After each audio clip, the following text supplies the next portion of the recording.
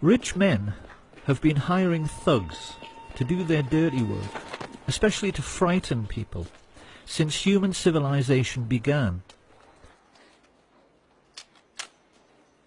What people have to try to appreciate is that Nazism, in reality, was simply the first time in human history that the rich had enough wealth to hire an entire country of thugs to do their dirty work. Some of the most emotive images in world history are those of the Nazi war machine sweeping across the Low Countries to begin their occupation of France. And people have always assumed that the trucks used for the miles-long troop convoys must have been German trucks. But if anyone at that time had taken the trouble to lift up the cowling and look at the engine, they would have found these were actually Ford trucks, which had been built with personal permission from Henry Ford, who was sitting in his office 4,000 miles away in Dearborn, Michigan, a service for which he was given the Grand Cross of the Eagle, the highest honor the Nazis ever bestowed on a civilian. Ford sued the U.S. Army, the U.S. government in the 50s because during the war the U.S. Air Force bombed their tank-making facilities in Germany. And this is true. And what was it, like 52 or something? They sued the U.S.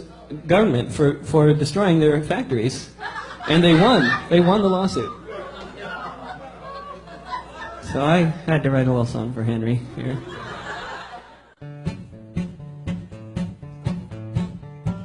Ford built tanks for the Nazis, and the Nazis used those tanks to gun down lots of soldiers in the U.S. Army ranks. Yes, Henry Ford was a fascist and a nasty one was he. He built tanks for anyone for the proper fee. Hitler so admired Henry Ford, he kept a life-size portrait of him on the wall next to his desk, and even his legendary Panzer tanks were tainted by these sorts of practices, because they were made by I.G. Farben, who had entered into a cartel with the Rockefellers' Standard Oil. The government in Washington knew all about this, and largely did nothing.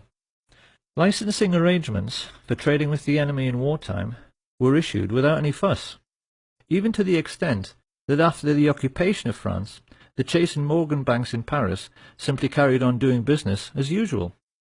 The incredible truth, which the rich elite have managed to hide from the world for 70 years through their control over school books and our education system, is that the Nazi war machine was actually an American business. And for the Rockefellers, DuPonts, Harrimans, Walkers and Bushes in particular, it was a highly lucrative business.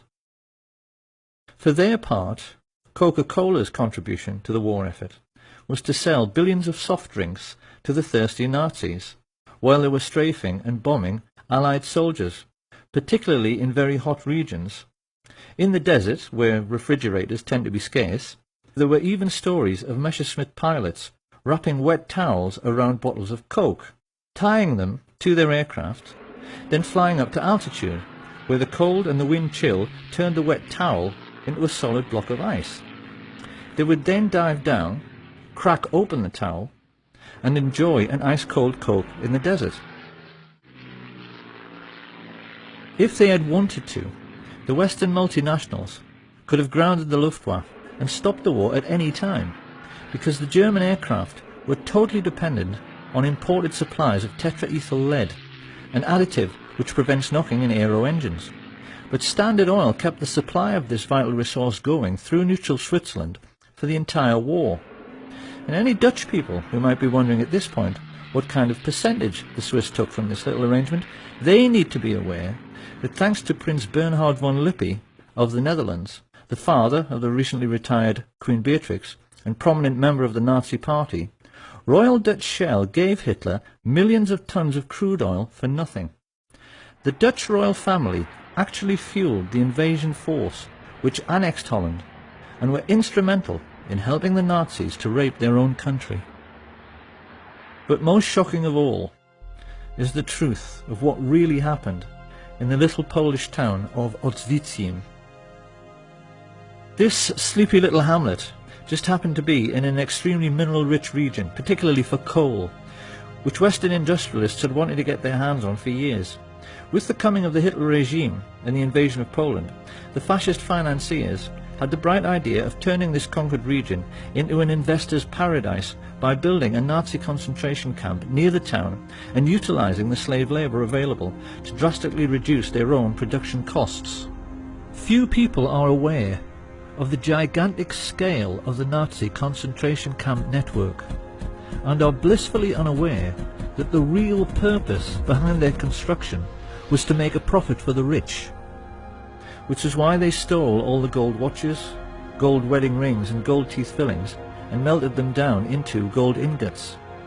To this day there are bars of gold lying in the vaults of the Bank of England, which have the Nazi swastika stamped on them. Gold stolen from Jewish corpses. It shouldn't come as any great surprise that George Herbert Walker's family were slave owners on the cotton plantations of 1930s America. Walker was used to organizing slave labor. So while his business associate, Averell Harriman, was paying for Hitler's 500,000 SS troops and supplying them all with brand new Thompson submachine guns, because he did, Walker took over the management of this new Polish concentration camp. And when his Nazi friends started complaining that they couldn't pronounce the name Auschwitz any better than I can, they all got together and decided they had better Germanize the name into something which sat more comfortably on Nazi tongues. It was in this way that the world first heard of Auschwitz. Because the truth about Auschwitz and the entire Nazi war machine is that they were essentially no different to McDonald's.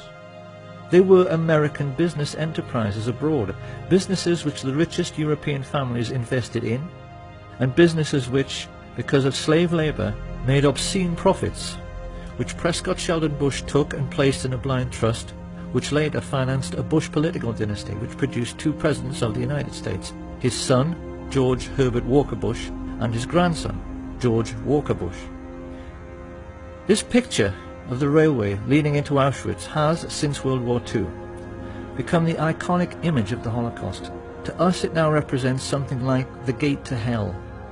But how differently, one wonders, would we have looked at this image all of our lives if we had always known that this railway line was an American railway line laid by the Harriman brothers on behalf of Uncle Sam. The Standard Oil IG Farben cartel even made the Zyklon B gas for the Jewish Holocaust.